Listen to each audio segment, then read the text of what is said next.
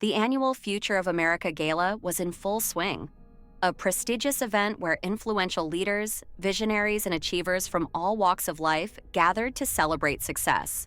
This year, President Donald Trump was the guest of honor.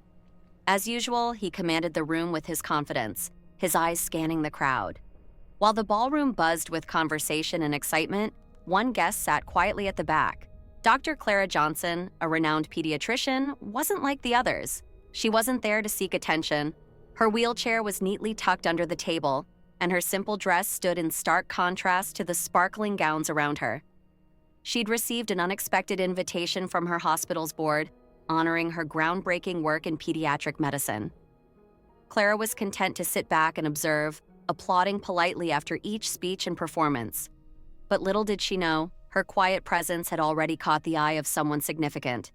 President Trump, scanning the room between conversations, found himself intrigued by Clara. There was something about her, a quiet strength, an unspoken resilience. "Who's that?"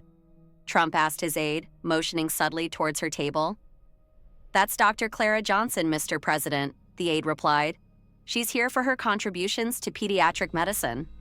Trump nodded thoughtfully, clearly intrigued. The evening continued, and the host made an announcement. Our next honoree is a woman whose story of resilience is nothing short of remarkable. Please welcome Dr. Clara Johnson. Clara froze as the room erupted in applause. She hadn't expected this. Hesitant but determined, she wheeled herself toward the stage, the applause growing louder with each turn of her wheels. By the time she reached the podium, the entire room was on its feet, honoring the woman who had faced so much. Trump watched intently, a flicker of admiration crossing his face. After Clara received her plaque, she wheeled herself back to her table, trying to process the whirlwind of emotions.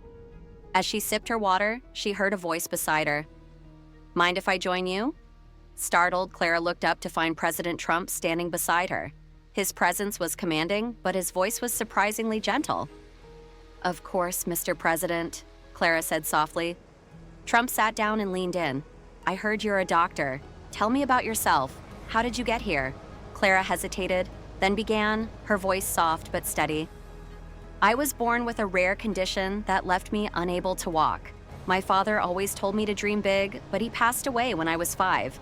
After that, it was just my mom and me. She worked multiple jobs to make sure I could get an education." She paused, her voice thick with emotion. "When I was in high school, my mom got sick. She didn't get the care she needed, and she passed away when I was 16. I was alone, but I held on to her words.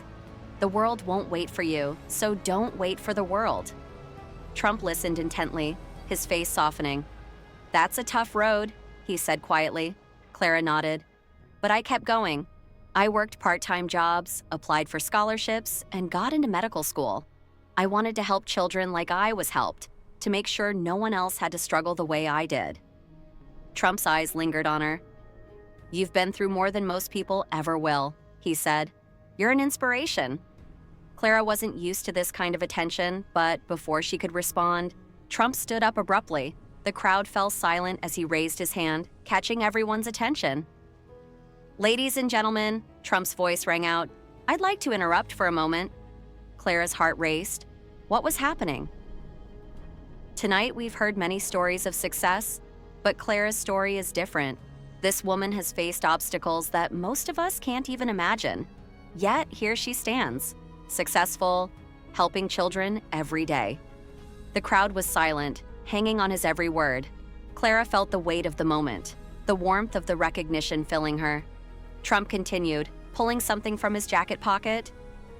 "It's my honor to present Dr. Clara Johnson with the Presidential Medal of Courage." The room erupted in applause as Trump placed the gleaming medal around Clara's neck, but he wasn't finished yet. As the applause died down, Trump held up his hand. Clara's story is a reminder of what resilience can achieve, and I believe in rewarding such extraordinary courage. He reached into his pocket and pulled out a check, holding it up for everyone to see. "Dr. Clara Johnson, here's $1 million to support your continued work." Gasps filled the room, followed by thunderous applause. Clara's eyes widened in shock as the check was handed to her. "Thank you," she whispered, overwhelmed. Trump wasn't done. "And one more thing," he said, pulling out an ornate key. "This is the key to a fully furnished apartment in Manhattan. Consider it your new home." The room exploded in applause once more.